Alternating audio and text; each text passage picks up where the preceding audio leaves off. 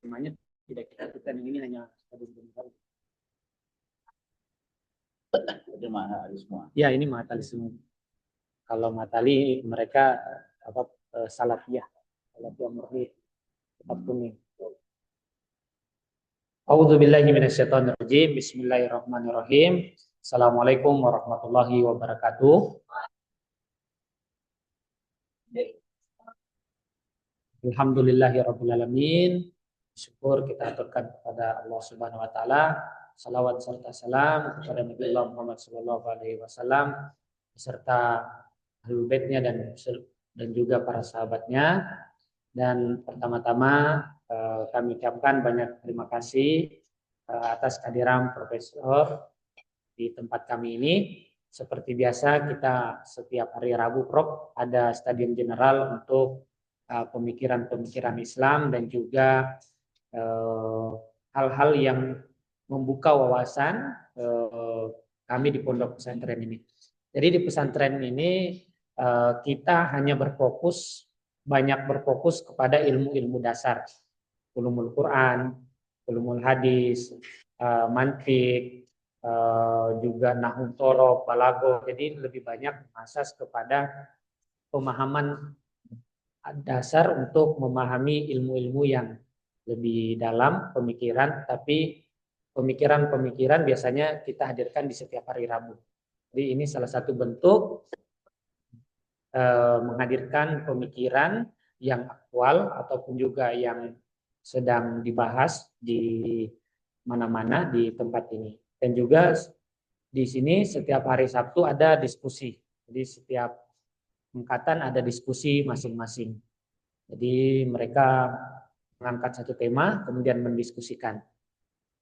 Di pesantren ini walaupun basisnya basis Salafiyah murni, kitab kuning murni, tapi kita membuka juga kemampuan ataupun juga memberikan kesempatan buat santri untuk mengembangkan skill intelektual maupun juga skill hidup.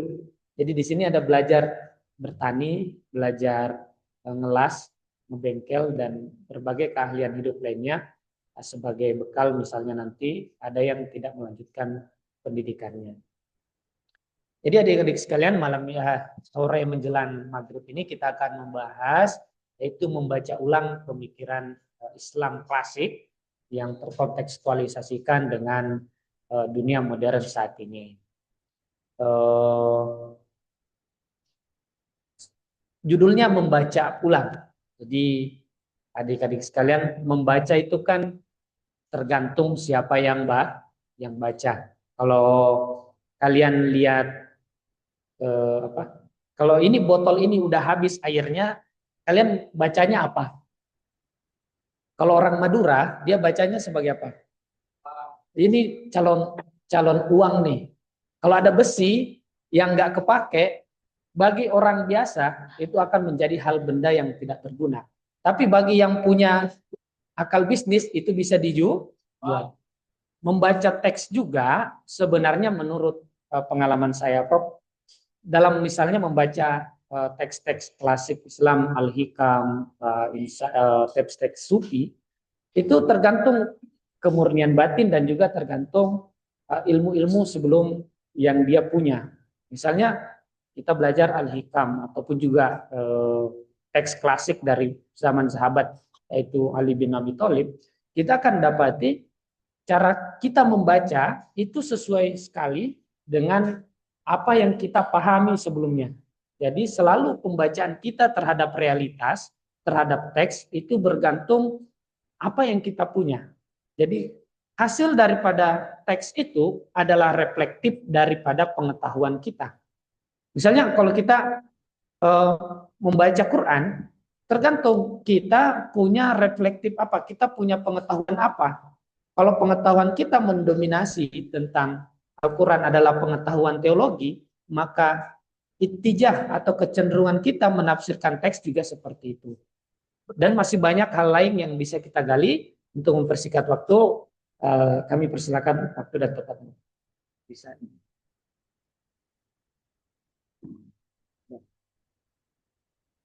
Bismillahirrahmanirrahim. Assalamualaikum warahmatullahi wabarakatuh.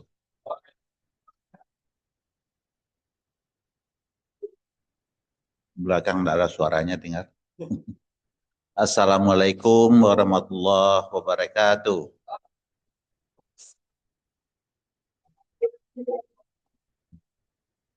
Dan dingin-dingin ini menjadi hangat gitu kan. Panas. Alhamdulillahirabbil alamin. Allahu la ilaha illa huwal hayyul qayyum. Asyhadu an la ilaha illallah wahdahu la syarikalah. Wa asyhadu anna sayyidana wa nabiyana Muhammadan abduhu wa rasuluh la nabiyya ba'dah amma ba'd. Qala Allah Ta'ala fi kitabil karim. A'udzu billahi minasyaitonir rajim. Yu'til hikmata man yasha' wa may yu'tal hikmata faqad utiya khairan katsira wa ma yazakkaru illa ulul albab. Sadaqallahul azim. Jelas. Pertama sekali kita selalu memanjatkan puji syukur kita kepada Allah Subhanahu wa taala. Kita dapat dihadirkan pada sore hari ini di sini dalam keadaan sehat walafiat. Selawat dan salam kepada junjungan Nabi besar kita Muhammad sallallahu alaihi wasallam. Karena waktu kita agak terbatas ya. Karena macetnya tadi bukan main ke sini. Ya di Jakarta di mana-mana aja macet. Karena itu saya akan menyampaikan beberapa poin saja, nanti kita diskusikan, kita buka lebih luas ya. Karena ini kata berbicara tentang pemikiran Islam, studi Islam ya, al-fikrul islami ya. Jadi kalau istilahkan itu al-fikrul islami, dan itu keilmuan yang sangat luas sekali, ya kan. Karena begitu luasnya saya tidak tahu kita mulai dari mana ini. Nah kalau tadi istilah kita bicarakan, kita mempunyai ijtihad as-salafiyah kan. Nah, itu kalau biasanya pendekatannya pada ilmu kalam kan. Dan itu sangat luas sekali. Misalnya kita mulai dari salafi. Kemudian sebelum itu ada, kalau dalam kajian ilmu kalam itu ada aliran-alirannya. Yang pertama sekali aliran kalam itu apa? Udah belajar enggak itu belum? Udah. Yang pertama sekali apa? Kalian kajian ilmu kalam. Nah, bicara tentang Khawarij. Dan setelah itu bicara tentang Murji'ah. Setelah Murji'ah bicara tentang Mu'tazilah. Setelah Mu'tazilah bicara tentang Ahli Sunnah. Ahli Sunnah itu ada Asy'ariyah dan ada Al-Maturidiyah. Dan setelah itu nanti bisa juga berbicara tentang Syiah, bicara tentang Salafiyah, berbicara tentang Wahabiyah, berbicara tentang macam-macam aliran, sangat luas sekali. Karena kalau kita bicara tentang Salafi saja sangat luas sekali dan tokoh-tokohnya. Saya menulis program S3 saya tentang tokoh Salafi Ibnu Taimiyah yang saya tulis. Ibnu Taimiyah dan kritikannya terhadap logika Aristoteles. Kan tadi belajar mantik kita ya. Dan saya yakin dari pelajar itu mantik Aristoteles semua ini. Ya, warisan dari Aristoteles. Padahal itu sudah dikritik habis-habisan oleh Ibnu Taimiyah. Habisat. Ada buku Ibnu Taimiyah itu Raddu ala Mantiqin. Itu saya kaji kan. Alhamdulillah sudah selesai itu. Raddu ala mantiq. Naqdul mantiq. Raddu ala Mantiqin. Iya. Kalau Naqdul mantiq kecil. Coba. Kalau Raddu ala Mantiqin luas sekali, tebal sekali. Kan? Menarik itu dibahas. Itu aja mungkin ya. Oh, enggak usah itu. Karena di sini anak-anak wajib mantik. Ya, mantik. Ya, nanti kita kembangkan lain kali. Ya, itu saya hanya menjelaskan. Jadi Salafi itu misalnya dari Ahmad bin Hambal, kemudian pada yang mengembangkan lebih luas itu adalah Ibnu Taimiyah dengan Minhaj Sunnah Nabawiyah. Barangkali kalau saya lebih sombong, yang punya Minhaj Sunnah Nabawiyah itu di Indonesia itu hanya saya. Saya sulit sekali 9 jilid. Dan kalau orang mengaku dia sebagai seorang salafi, tidak kenal dengan Ibnu Taimiyah, tidak sah ngomong salafi. Kan? Dan muridnya yang Ibnu Taimiyah itu orangnya kan keras kan? Ya. Nah, muridnya yang lebih bagus itu adalah Ibnu Qayyim Al-Jauziyah. Itu bagus sekali bukunya. Kajian tasawuf, kajian segalanya itu ada. Ada Arik Salikin dan segalanya itu. Kan? Dan kemudian nanti secara operasional untuk gerakannya digerakkan oleh oleh Wahab, kan? Dan secara rasionalnya digerakkan juga oleh Muhammad Abdu. dan sampai sekarang berkembang. Hmm. Jadi kalau banyak orang yang salah tentang salah, menunjukkan dia tidak ngerti. Nah, karena itu kita berhak untuk mengkaji itu dan secara luas ya. Jadi kalau ada orang kritik kita muncul. Nah, itu bicara tentang kalam saja. Apalagi kalau masuk kita asyairahnya, ada Asy'ari, Al-Juwaini, Al-Baghdadi, ada Syahristani, itu sangat luas. Dalam buku-bukunya sangat luas sekali. Ya. Kalau kita berbicara tadi tentang apa? Buku apa? Al-Hikam. Nggak, yang Naqdul Mantik. nggak, yang kita pelajari ini tema kita apa? Ini Membaca ulang pemikiran Islam. Membaca ulang pemikiran Islam itu namanya membaca apa tuh? Kitab-kitab apa yang kita baca? Namanya At-Turas. Ya, terus. Ya, kita namanya At-Turas Al-Islami. Ada yang menyebut dengan Turasul Qadim. Tapi kalau pendapat saya yang lebih baik itu adalah Turas Al-Islami.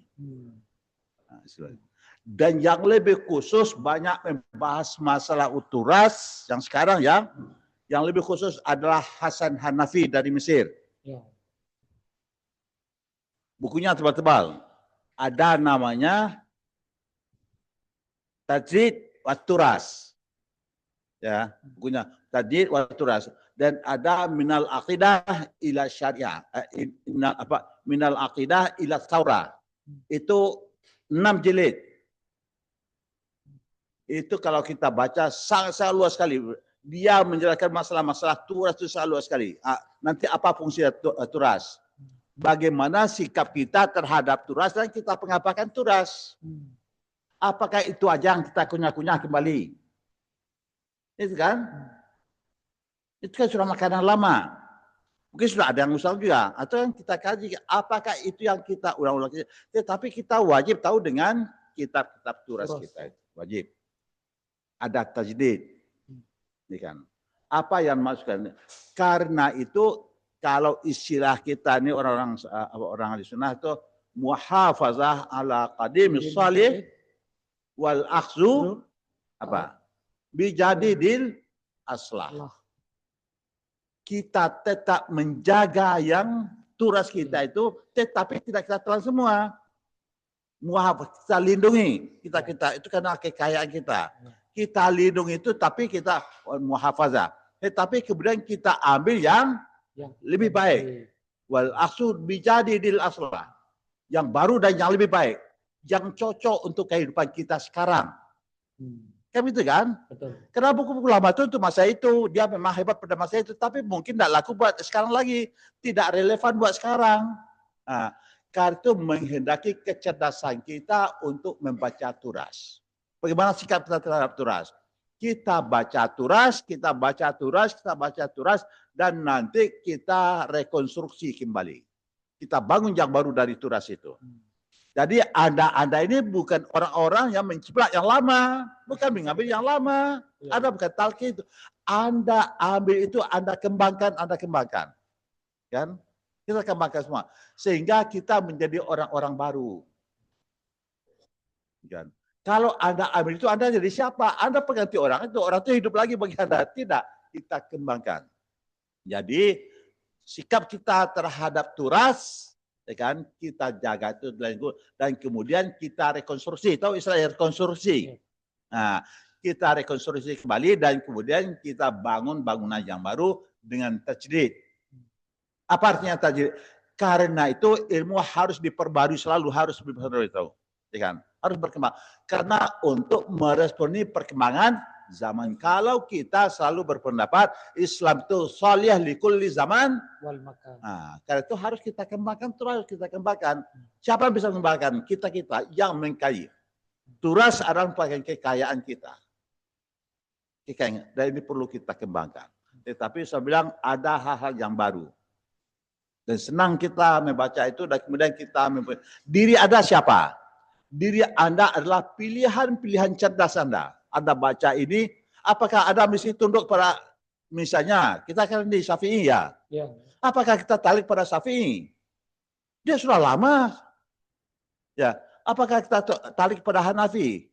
Kepada Maliki, pada Hambali? Ya tidak. Kita baca. Kita baca. Dan kita tidak akan taklid pada seseorang. Kan? Dia juga manusia. Mungkin nanti ada ini lebih hebat dari dia. Amin. Ya, ada kali lebih hebat. Dia barangkali kalau dia hidup sekarang, belum tahu dia bisa menjawab masalah-masalah sekarang. Itu kan masa dulu kan. Masa dulu Jakarta aja coba ada lihat. Jakarta aja. Mungkin kalau Nabi kita hidup melihat transportasi Jakarta ini juga bingung dia kali. Iya kan? Dia akan melihat transportasi Jakarta, bingung. Jadi tidak mudah. Apalagi masalah-masalah keduniawian. Karena kita hidupkan di dunia kan. Kalau persoalan kita dunia tidak selesai bagaimana? Kan kita doa kita, Rabbana atina fid dunya wa fil akhirati. Jangan hanya sana akhirat. Anda mau melompat aja ke surga, ya tidaklah. Melalui dunia ini. Fid dunya hasanah wa fil akhirati hasanah. Jangan lupakan nasib Anda hidup di dunia. Nah, itu satu poinnya. Satu poin. Nah, itu tentang turas dan apa Hasan Hanafi ini. Kalau begitu sikap kita bagaimana kita terhadap turas dan bagaimana tentang terjadi pembaruan. Nah, dan kemudian setelah itu bagaimana sikap kita terhadap perkembangan ilmu pengetahuan yang ada di dunia barat.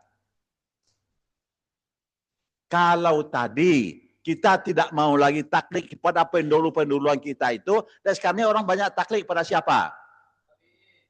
Enggak. Pakai HP enggak? Sama AI. Pakai HP enggak? Ya. Nah? ChatGPT. Pakai HP semua enggak? Pakai. Ada taklid pada HP.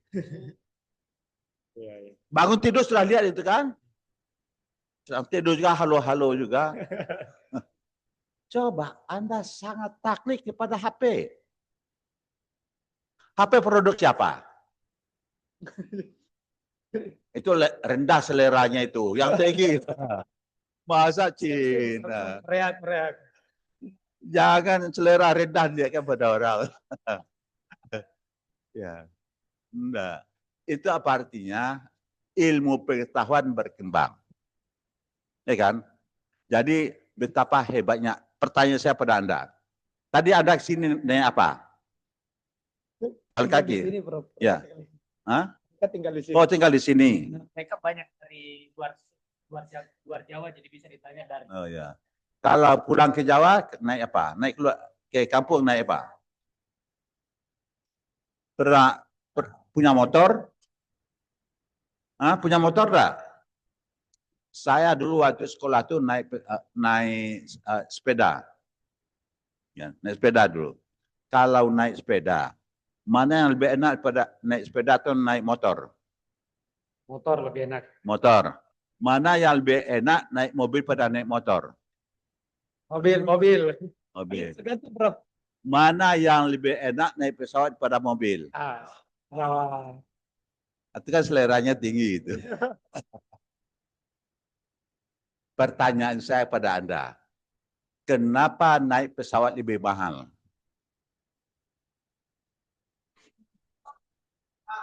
Hah? Kenapa? Coba. Kenapa naik pesawat lebih mahal? Ya, Asep. Ya, silakan.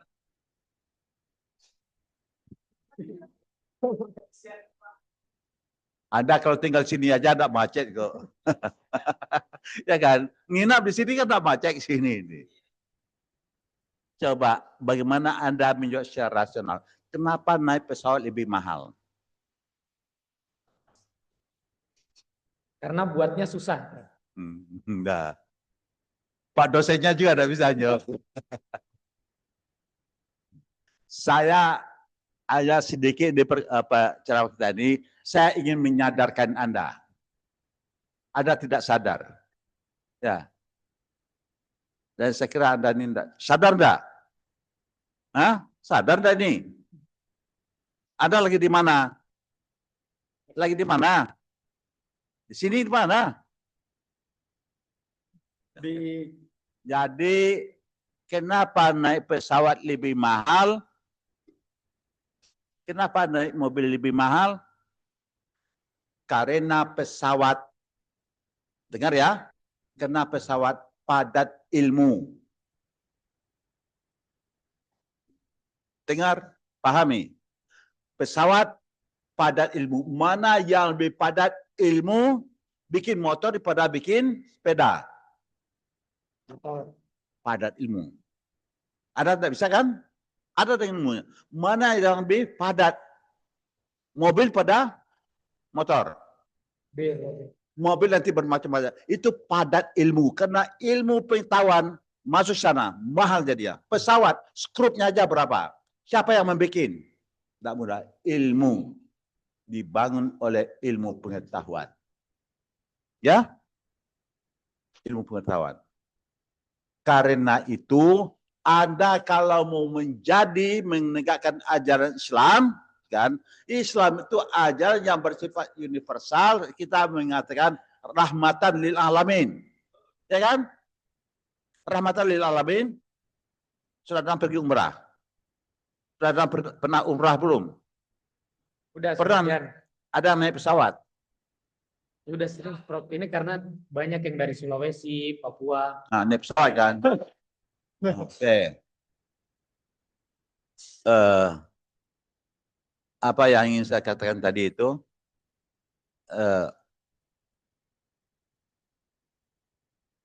Ini kok terputus.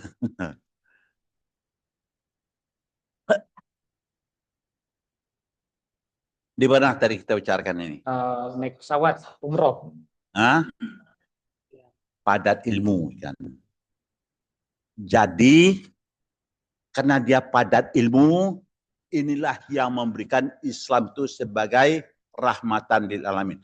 Anda naik pesawat, yang bikin pesawat itu siapa? Tidak dipakai oleh orang Indonesia dia. Coba tuh jahat orang Indonesia kan. Para ilmuwan yang bikin pesawat satu-satunya orang Indonesia. Tidak dipakai. Karena pergi haji, naik pesawat. Sekarang dibikin oleh orang-orang kafir itu. Coba Anda bayangkan. Kalau begitu siapa yang mendapat rahmatan lil alamin?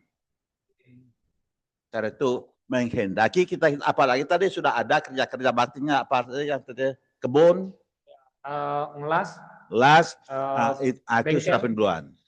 Sudah awal. Itu harus dikembangkan.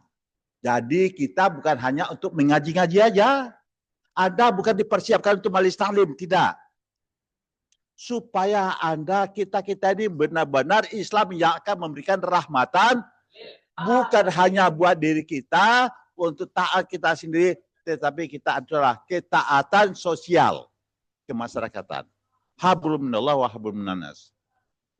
Ya. Nah, itu baru kita bicara tentang ilmu kalam. Apalagi kalau kita bicara tentang filsafat. Belajar filsafat? Belajar. Semester 5 atau 4. Nah, semester 5 atau 4.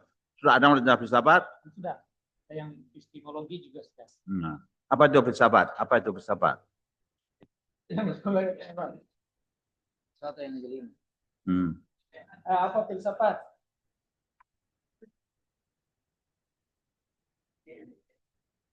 Coba Anda lihat filsafat usaha pemikiran. Ya kan? Usaha pemikiran. Diikutin nih. Pemikiran yang bagaimana? Yang radikal, yang mendasar. Ya, usaha pemikiran yang radikal. Radikal itu apa artinya?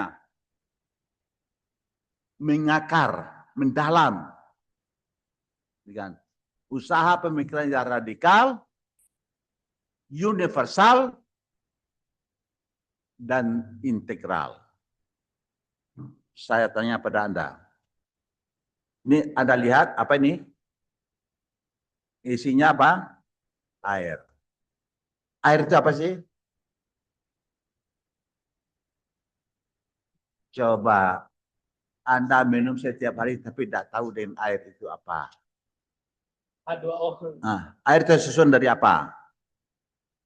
H2O. Coba kalau saya tanya pada Anda, pernah masak air? Bagaimana caranya?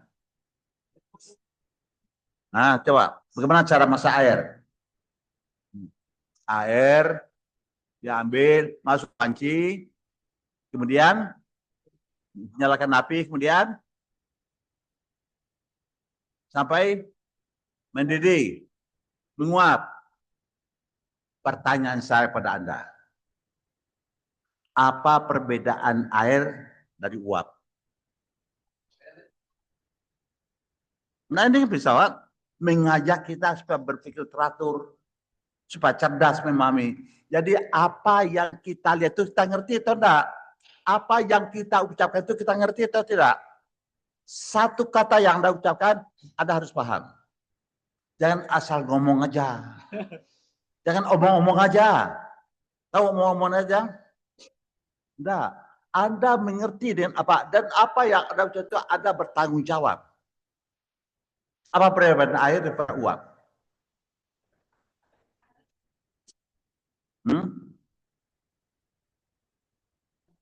Nah, saya menunjukkan, ini air kan? Dipanaskan tadi, uap. Ini kalau masukkan ke dalam lemari es, bagaimana? Beku. Jadi apa? Jadi es. Apa perbedaannya es dari air?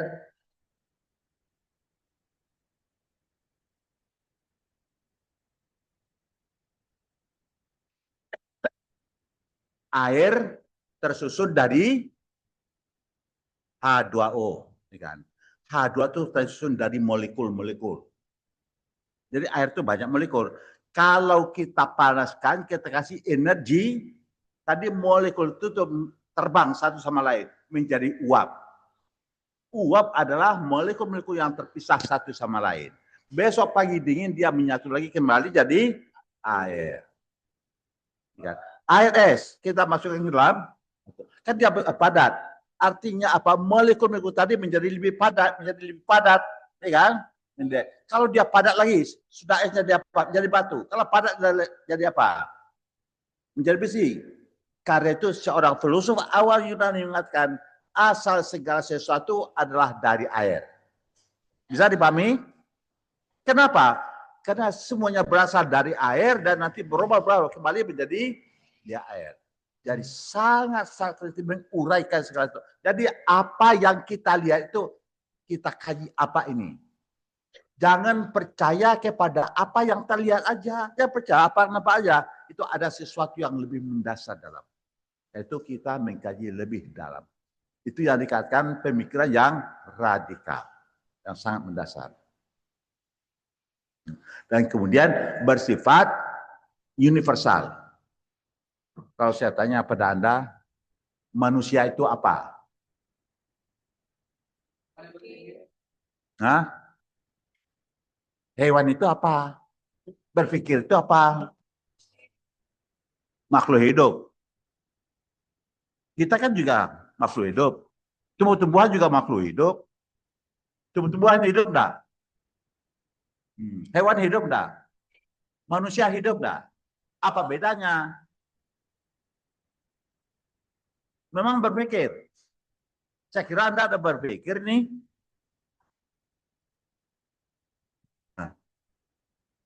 Saya kira Anda ada berpikir nih. Berpikir nih. Berpikir, alhamdulillah. Karena itu sesungguhnya saya yakin kita ini cerdas semua. Karena kita fitrahnya ciptakan Tuhan, ya Allah tuh fitrah. Setiap kita ini mesti pintar. Nih kan. Kalau kita ini pintar, tugasnya apa? Tidak ngajar Anda. Ya. Coba tadi, kalau air tadi, saya katakan kalau kita panaskan dia menjadi uap kan gitu kan. Uap itu ada apa? Molekul-molekul yang menjadi jarak satu sama lain dia ringan kan. Oh begitu ya, kan ingat kan? Karena itu tugas saya hanya sekedar mengingatkan, bukan mengajar. Anda punya ilmu tapi lupa. Ilmu Anda, saya yakin nih, ilmu Anda sekarang ini banyak tapi berada di bawah sadar Anda. Bisa paham? Ilmu Anda berada di bawah sadar Anda. Karena tugas kita hanya untuk mencoba mengingatkan fazakir. Ingatkan, yang lupa itu naik ke ambang sadar. Ustaz kayak apa tugasnya? Mengingatkan. Nabi tugasnya apa? Mengingatkan. Fazakir innama anta muzakir. Coba Anda lihat, bisa kita kaitkan dengan Al-Quran bagaimana kita diajak untuk berpikir. Berpikir itu dengan apa? Dengan akal. Punya akal. Akal itu apa? Anda nanti kaji di dalam akal, tidak ada kata-kata akal dalam Al-Quran. Tidak ada. Tidak ada kata-kata akal dalam Al-Quran. Ada enggak? Enggak. Kalau setelah takilun? Itu fi'il, tidak kata benda. Yang ada semuanya ada kata fi'il, verb semua. Tidak ada noun. Afala taqilun. Liqaumi yaqilun. Itu fi'il apa? Fi'il mudhari. Apa artinya fi'il mudhari?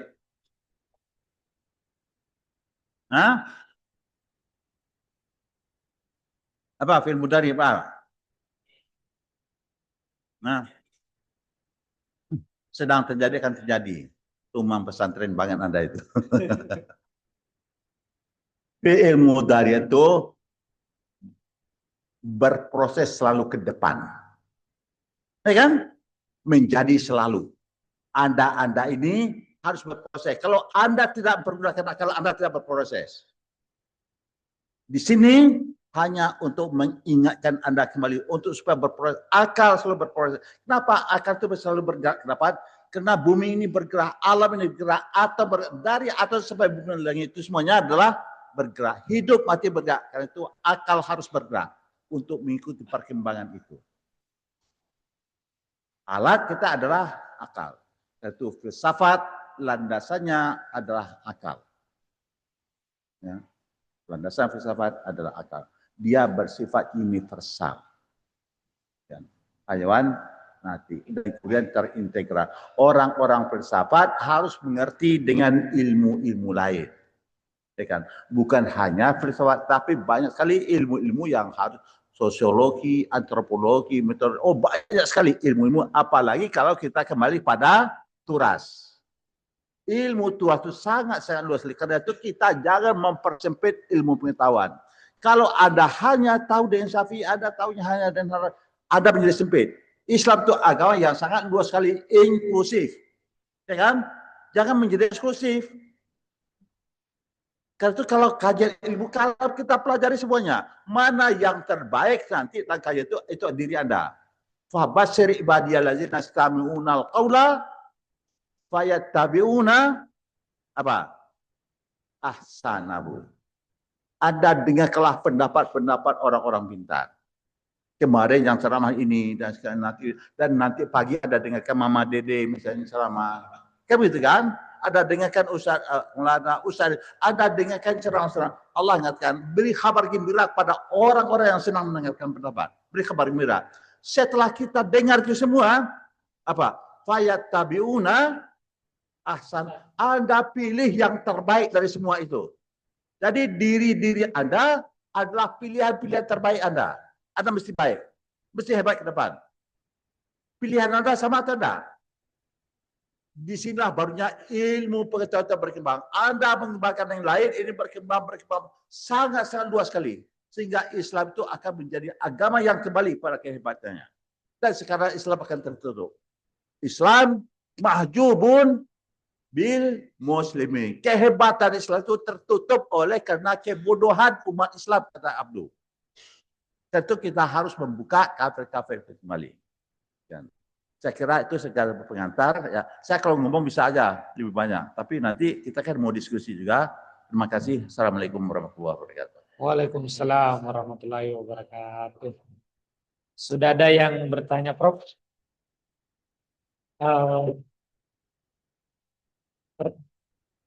Pertanyaan pertama tadi ada yang apa contoh yang masa lalu sudah tidak bisa dari turos itu tidak bisa kita pakai saat ini dan apa yang aslah yang bisa kita pakai saat misalnya dari kitab turos masa lalu. Oh banyak sekali yang tidak bisa dipakai sekarang. Kan? Misalnya ini kita harus merubah terminologi kita. Kalau selama ini kita kan banyak kepada Tuhan ya. Misalnya kafir itu apa sih? Tidak beragama Islam. Nah, dalam fikih sepertinya tidak beragama Islam makna. Nah, itu kan pendekatan hukum, ya kan? Ya kan? Kan pendekatan hukum. Apa itu kafir? tertutup. Kalau sekarang definisi itu tidak pakai.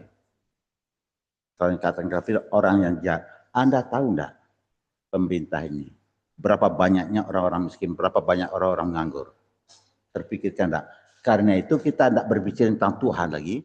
Kita turunkan Tuhan yang di langit yang kita percaya itu turun ke bumi ini. Bisa menyelesaikan masalah-masalah yang baru sekarang. Tidak terjawab dulu. Persoalan kita terjawab sekarang dulu enggak? Enggak dong. Menghendaki istihad-istihad baru.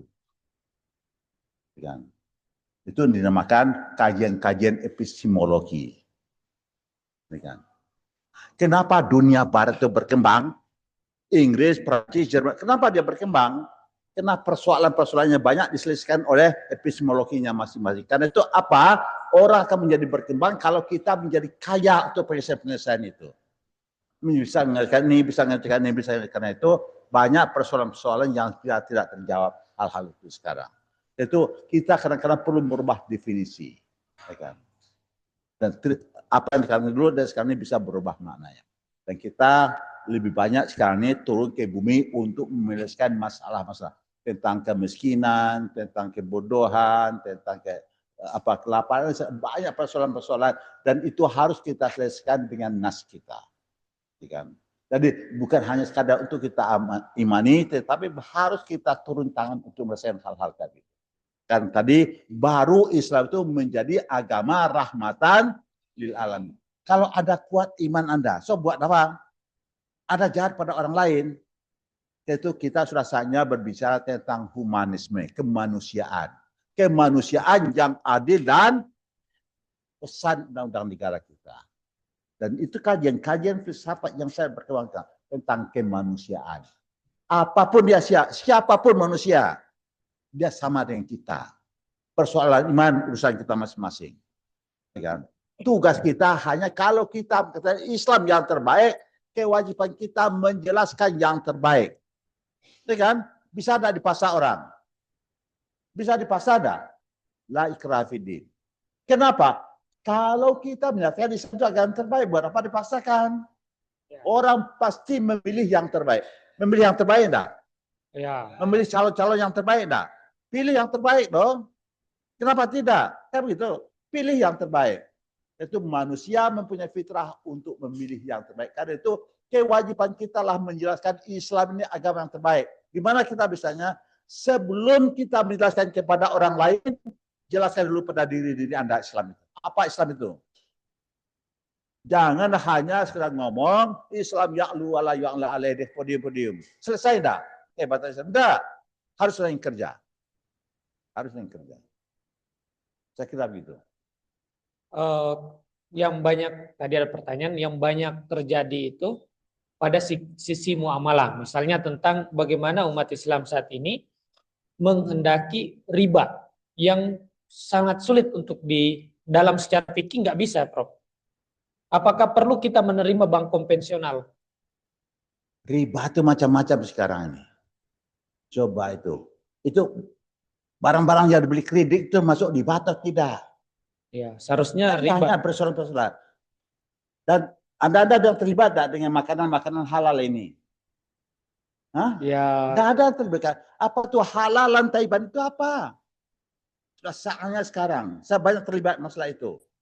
Itu Anda tahu enggak makanan-makanan itu pakai resep-resep apa namanya itu, pengawet-pengawet itu. Halal itu haram dong. Merusak loh. Anda tahu anak-anak kecil usia 10 tahun, 15 tahun sudah kena ginjal. Kenapa? Minuman-minuman. Jadi halal haram itu bukan persoalan halal haramnya itu. Babi haram tapi itu persoalan sekarang. Hal-hal yang halal bisa diseluruhkan pada yang haram. Banyak yang perlu kita kaji ya. Jadi tidak bisa dengan fatwa itu menghendaki ketelitian-ketelitian kita. Pertanyaan saya pada Anda, merokok itu halal atau haram? Merokok. Haram ya. Nah? Saya nggak merokok, Prof. Jadi bagi saya haram. Kenapa halal? Kenapa halal? Karena halal bagi Anda karena Anda merokok. Iya kan? Karena itu Anda tidak bisa berfatwa halal haram sana. Ini kan? Yang pertama, Anda dengarkan dokter-dokter. Penyakit enggak? Ya, ditanya dulu dokternya. Orang-orang ahli dong. Orang ahli. Tetapi tidak cukup hanya menanyakan dokter. Lain dari itu apa? Anda harus terjun ke pabrik-pabrik rokok. Ke kebun-kebun rokok. Tembakau. Ya kan? Penjualnya. Kalau ini rokok diharamkan, itu kan apa Pekerjanya. pekerja-pekerja yang menghilang kan orang banyak nganggur. Karena itu bisa enggak pemerintah untuk mengatasi ini pengangguran itu? Baru Anda bisa berfatwa haram. Itu menghendaki pengkajian-pengkajian jauh lebih cerdas kita ke depan. Kalau kita mengatakan Islam itu agama yang terbaik. Terbaik itu di mana? Di kecerdasan. Seperti pesawat tadi saya bilang, kan kalau kita cerdaskan mahal harganya kan, karena produknya produk yang tinggi. Nah, diproduk oleh orang-orang yang cerdas akan mahal. Saya kira di sana. Ada lagi pertanyaan Prof nih dari anak-anak. Kita di sini kan belajar fikih perbandingan antara beberapa mazhab. Bahkan kita belajar juga fikih Syiah sebagai perbandingan. Karena kalau cuma 4 kurang. Jadi bagaimana Prof melihat perbedaan mazhab-mazhab ini antara satu sama lain? Kadang tidak sulit berkembang karena selalu berkelahi. Selalu memperdebatkan masalah-masalah yang transendental. Iya, yang berdebat itu kan orang tidak tahu aja. Karena itu harus diajar kita itu untuk toleran berbeda pendapat. Tidak bisa orang itu disamakan. Pertanyaan saya pada Anda. Islam semua kan? Banyak yang tidak Islam enggak? Allah tuh bisa menjadikan kita Islam semua enggak? Bisa kan? Kenapa tidak? Hah? Kan banyak yang tidak Islam. Di Indonesia, di dunia ini bukan Islam tidak yang terbanyak, yang menurut tiganya. Jadi kenapa tidak dijadikan Allah semuanya? Hah? Gak seru mungkin. Masa seru-seruan kayak gini bagaimana? Enggak dong. Kenapa Allah tidak menjadikan? Oh, apakah Allah itu menjadikan dia kafir? Dan saya yakin Anda ini menjadi seorang muslim karena kebetulan aja ini. Ya, karena kebetulan. Kenapa kebetulannya? Orang tua Anda, anak Anda, keluarga Anda, lingkungan Anda, Islam. Karena kebetulannya Islam. Kalau ada lahir di Rusia sana, belum tahu Islam. Belum tahu kan? Karena itu belum bisa dipertanggungjawabkan. Ini kan. Tapi itu kan. Jadi karena itu kita tadi, saya bilang tadi, jangan cepat-cepat menyalahkan orang. Mungkin kita yang salah. Mungkin kita yang salah. Itu bagaimana perbedaan pendapat. Itu perbedaan pendapat itu memang Tuhan yang menciptakan. Wa ja'alnakum minhajan wa syir'atan. Allah yang menciptakan bermacam-macam. Coba kalau Anda bilang, Anda pahami. Di Indonesia ini ada berapa partai? Ada NU, ada Muhammadiyah, ada Perti, ada apa lagi? Ada Persis, ada apa lagi? Itu banyak sekali. Banyak sekali kan? Coba kalau menjadi NU semua. Kan bisa berebutan jabatan sana itu kan, bisa berkelahi. Karena itu dengan banyak itu ada distribusi kedudukan-kedudukan. Ada distribusi untuk kehidupan-kehidupan yang banyak sekali. Karena itu disediakan oleh Allah. Tetapi dalam perbedaan itu kata Allah, kamu harus berlomba-lomba untuk kebaikan. Fastabiqul, bukan khairun, khairat. Itu khairun itu banyak, khairat itu banyak. Kebaikan-kebaikan itu adalah banyak. Ya. Nah, kenapa terjadi perbedaan pendapat? Yang lebih rasional itu siapa? Abu Hanifah kan? Karena dia tinggalnya di mana? Lahirnya kan di Irak. Ya. Dan Irak itu sudah punya peradaban negara lama. Berbeda dengan Arab Saudi, berbeda dengan di Jeddah. Di Mekah, di Madinah. Imam Malik di Madinah, ketemu dengan sahabat-sahabat. Iya, tidak berkembang, tidak perlu dong. Semuanya sudah terjawab sana. Tapi karena jauh dia harus beristihad, berpikir dulu. Karena itu terjadi perbedaan pendapat. Tempat, lokasi, waktu itu menghendaki perbedaan pendapat. Karena itu juga kita ini, dan kalau kita mengatakan yang terbaik, jelaskan mana yang terbaik pendapat Anda. Dan kalau orang debat Anda harus menjelaskan yang terbaik dan tidak marah. Ya, tidak boleh marah. Nah, saya kira itu kita fikih aja berapa mazhab?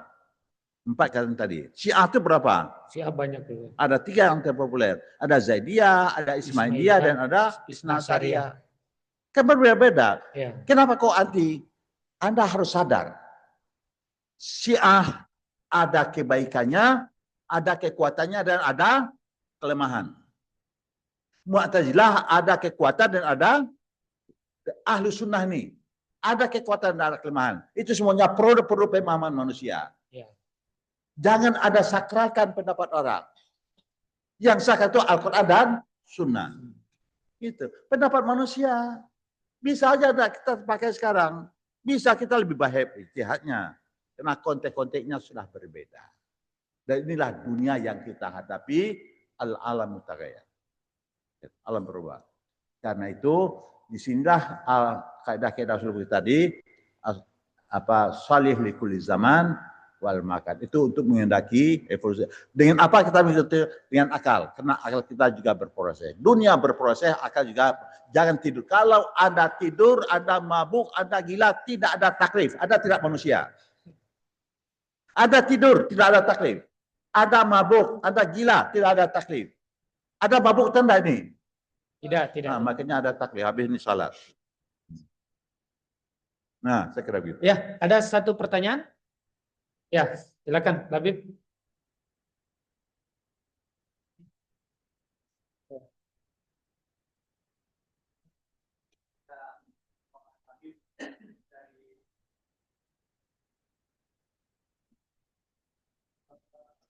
Ya, waktu ketika kita nongkrong pertama sering membahas tentang pemikiran anak Nabi. Ya, benar tadi singgung kitabnya Minal aqidah ila saura. Ada muqaddimah fi ilmu istiqra.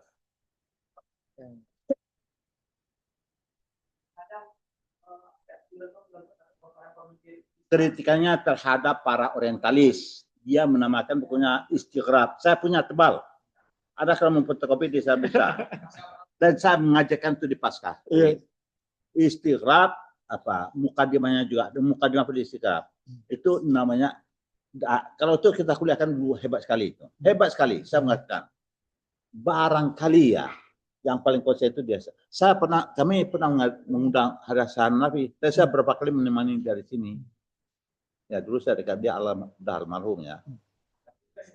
Ya, pertanyaannya. Jadi yang asal Nabi itu yang pertama tadi itu adalah tentang muqaddimah ilmu istiqrab ya, oksidentalis ya, yang berlawan dengan orientalis. Dan yang kedua ada bukunya lagi berbicara dengan Yasar Islami, Islam kiri, dan epistemologi kiri ya. Nah, apa yang Anda tanyakan? Ya.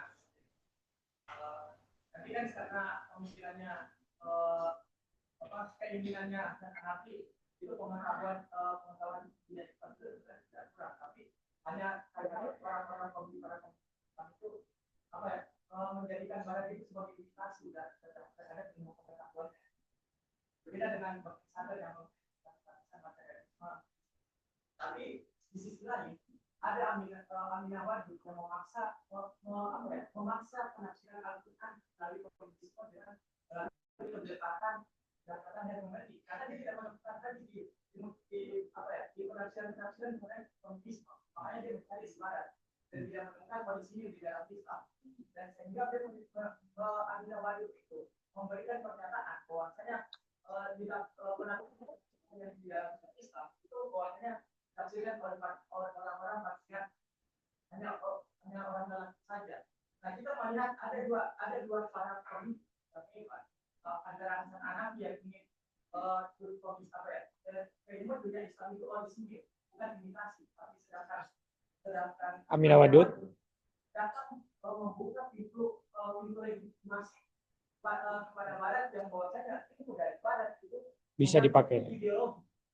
Nah, kalau kita melihat dari konsep ini dari Samuelson itu bahwasanya adanya konflik ideologi. Nah, jadi pertanyaannya adalah akankah memang pengetahuan dunia Islam itu memang akan tetap bercermin pada pada pemikiran Barat yang memang sudah maju dan sudah memiliki revolusi apa ya, industri yang jadi saintis di perkembangan Ya. kalau kita kembali lagi di ya Betul Hikmah ya seperti begitu lagi nanti makanya Al-Ghazali mendapat mengkritik Ibnu Sina karena menafsir apa ya menerjemahkan kadang-kadang begitu. Ya, saya istilahkan begini ya, ada selective borrowing. Ya, ada tahu ilmu? Hah? Tahu dan ilmu itu milik siapa saja. Kebenaran itu di mana saja, wajib ada pungut. Ya. Walaupun kebenaran itu datangnya dari orang kafir. Di mana saja ada, itu adalah hak orang Islam, kebenaran adalah mutiara umat Islam yang hilang. Kalau ditemukan di mana saja. Tetapi saya bilang, karena dia merupakan ilmu, kenapa ilmu tidak ambil di mana saja, kita harus sadar, kita itu bukan anak wahyu. Anak wahyu dah. Kalau anak wahyu dapat ilmu langsung dari Allah. Kalau kita belajar dong, tidak apa-apa. Abdul juga belajar di dunia barat. Banyak belajar. Tetapi kita harus ekstra hati-hati. Anda harus tahu, orang barat belajar pada Islam. Anda harus ada. Kita Indonesia ini mundur kenapa? Kenapa umat Islam mundur di dunia ini? Karena Al-Ghazali. Kalau saya kata pada Anda. Al-Ghazali, karena dia menyerang para filosof. Al-Farabi Ibnu Sina dikritiknya sebuah buku namanya Tahafut Al-Falasifah. Kemudian dalam buku itu 17-20 masalah para filosof disalahkan. Dia anggap kafir. Orang sebesar Al-Ghazali mengkafirkan orang berbeda pendapat dengan dia. Bagi saya, no way. Tak boleh. Orang sebesar Al-Ghazali mengkafirkan orang yang berbeda pendapat dengan dia. Tidak boleh. Dijawab oleh Ibnu Rus. Tahafut at-tahafut. Apa kata Ibnu? Wahai Al-Ghazali, bukan para filosof yang rajuk, kamu yang keliru dalam memahami filsafat. Ibnu Rus kemudian berkembang di dunia Islam bagian barat kan, di Cordova sana di Andalusia, kemudian Inggris, Prancis, Jerman, Belanda, masa kegelapan dunia barat, kan? Kemudian orang-orang itu belajar ke Spanyol. Spanyol waktu itu menjadi pusat peradaban dunia berkenaan Islam. Inggris, Prancis, pemuda-pemuda itu belajar ke sana. Untuk ilmu. Jadi ilmu barat yang berkembang itu ada hasil dari Islam yang diambil oleh mereka ke sana. Apa masalahnya? Dan nanti berputar lagi pada tempat yang lain. Berputar lagi. Dulu kita mengambil dari Yunani. Sudah kita kembangkan. Tapi kan kita tidak mencipta. Kita mengembangkan. Semuanya ilmu seperti itu. Anda bangun tidak ada yang asli dari manusia. Kecuali Nabi. Dia anak Tuhan kan. Kita anak manusia, kita anak alam, belajar. Itu tidak bisa. Tetapi Hasan Hanafi mengatakan, ini persoalannya kita sekarang. Anda tahu, semuanya produk dari Barat. Semuanya produk dari Barat. Anda bicara tentang hermeneutik, dari mana? Epistemologi dari mana? Kita mengkaji itu, saya mengajar epistemologi tidak mudah loh. Menyusun kurikulum epistemologi Islam. Di Istiqlal saya ngajar. Tidak mudah loh. Jadi kita hati-hati di sanalah tugasnya kita untuk menseleksi, selective borrowing. Kita selektif dalam peminjaman itu. Nabi sudah mengatakan hati-hati terhadap Israiliyat. Bisa benar, bisa salah. Itulah kita dianggap hati-hati. Boleh tidak dilarang oleh Nabi. Tak Israiliyat itu. Tapi kamu hati-hati. Kalau kamu tolak, nanti tahu yang benar kamu tolak. Kalau mau terima, tahu yang salah yang kamu terima. Jadi kita menjadi open. Dari mana kita open? Kita orang-orang cerdas. Gitu.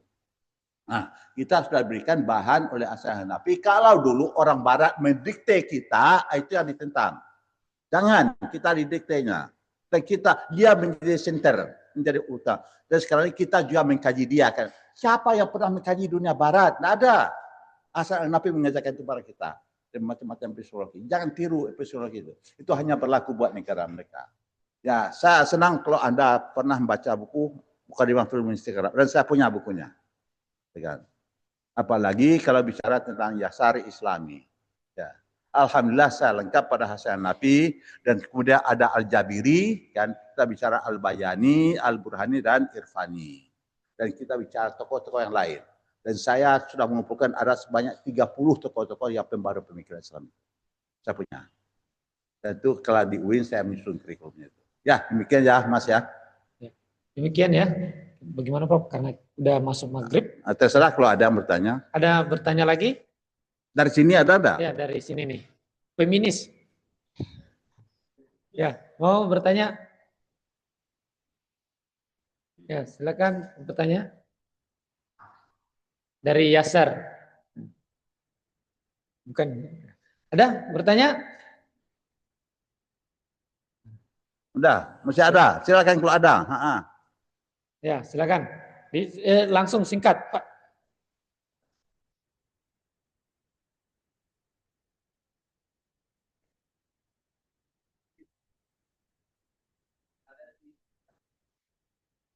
Yang saya lihat ini, saya bisa melihat bahwa ini dalam tradisi pembelajaran filsafat yang ada di kita itu dapat menghasilkan pemimpin yang atau dapat menerapkan bagaimana konsep evaluasi yang diajarkan dalam mana menerapkan konsep-konsep umum pada menerapkan konsep-konsep umum pada objek-objek atau pada kesulitan yang lebih khusus. Nah, contoh-contohnya itu kita bisa melihat melahirkan sebuah orang yang lebih yang bisa tidak semua orang atau setiap negara muslim itu tidak berani untuk membela Israel, membela Palestina, tapi hanya satu negara yang berani untuk melakukan yang itu dengan yaitu Iran. Jadi kita melihat pemimpinnya itu adalah pemimpin syariah itu adalah lulusan atau hasil dari sebuah namanya tradisi pembelajaran kitab Turos atau dilakukan dalam bahasa. Nah, sebenarnya ketika saya melihatnya di Indonesia itu justru lebih tidak seperti yang dihasilkan oleh Indonesia itu sendiri, atau bahkan kita bisa melihat bahwasanya karena memang praktek-praktek komunisme yang ada dalam itu sehingga dia itu bisa ada seperti yang terjadi ini yang kita dari itu mungkin ada yang bilang itu tidak benar, tapi ya hal itu memang ada di dalam pesantren. Dan saya katakan bagaimana antara NU atau ya antara NU atau Abu Sunnah itu nah itu kita bisa membandingkan dan kita bisa mengambil sebuah contoh dan contoh atau sampel dari Syiah untuk hasilkan kader-kader dan pemimpin seperti yang dihasilkan oleh pemerintah sendiri. Ya, ya, Anda jangan banding gitulah. Ya, kenapa? Kalau tokoh-tokoh Syiah banyak belajar ke negara Barat juga loh.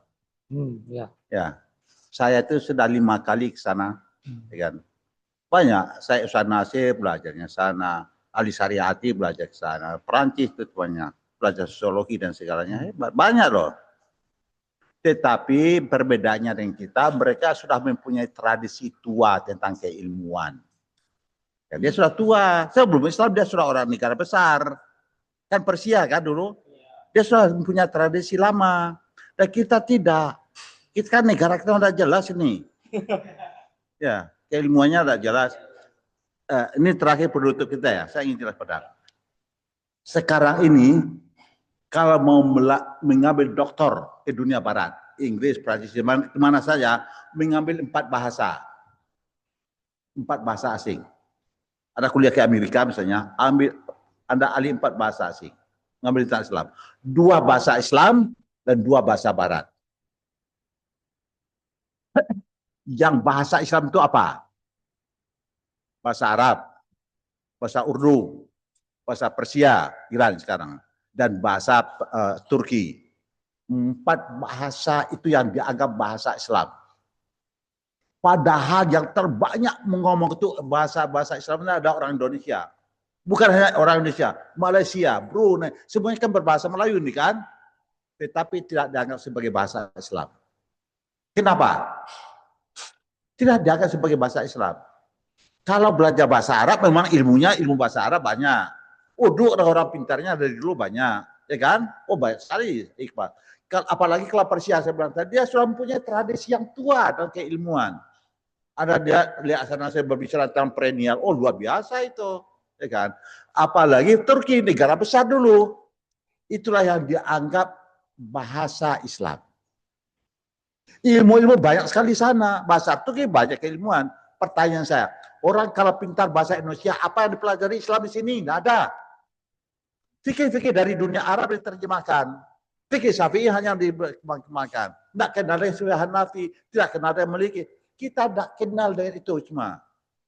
Dengan ilmu kalam hanya yang dikenalnya Asy'ari aja, Asy'ari. Perbedaan kita dimarahi, kita agak sesat.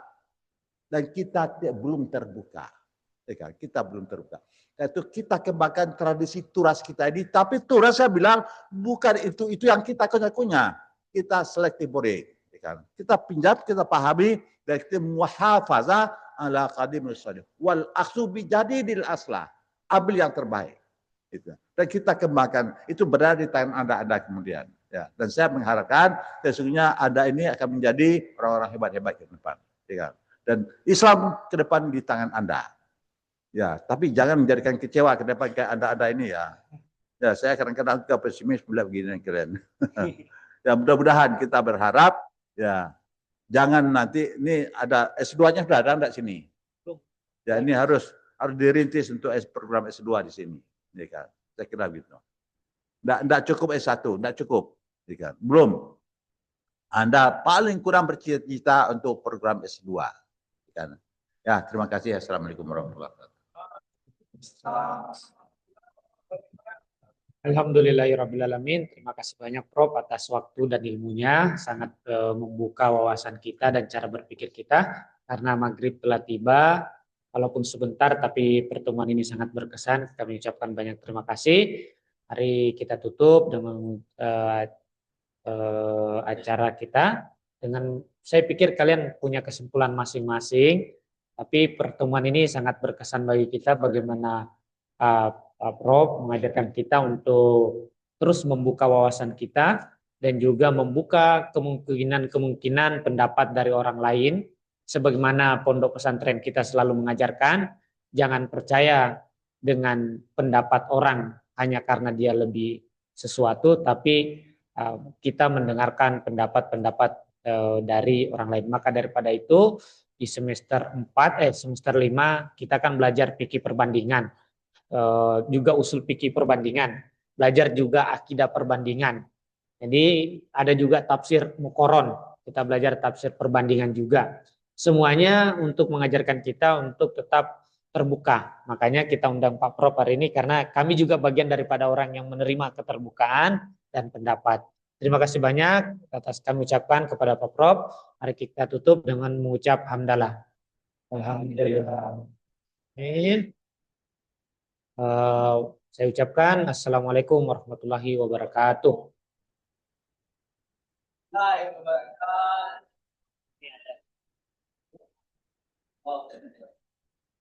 Mau foto dulu itu ya. Ini kameranya di belakang, kameranya nih. Ya, zoomnya dimatiin. Udah.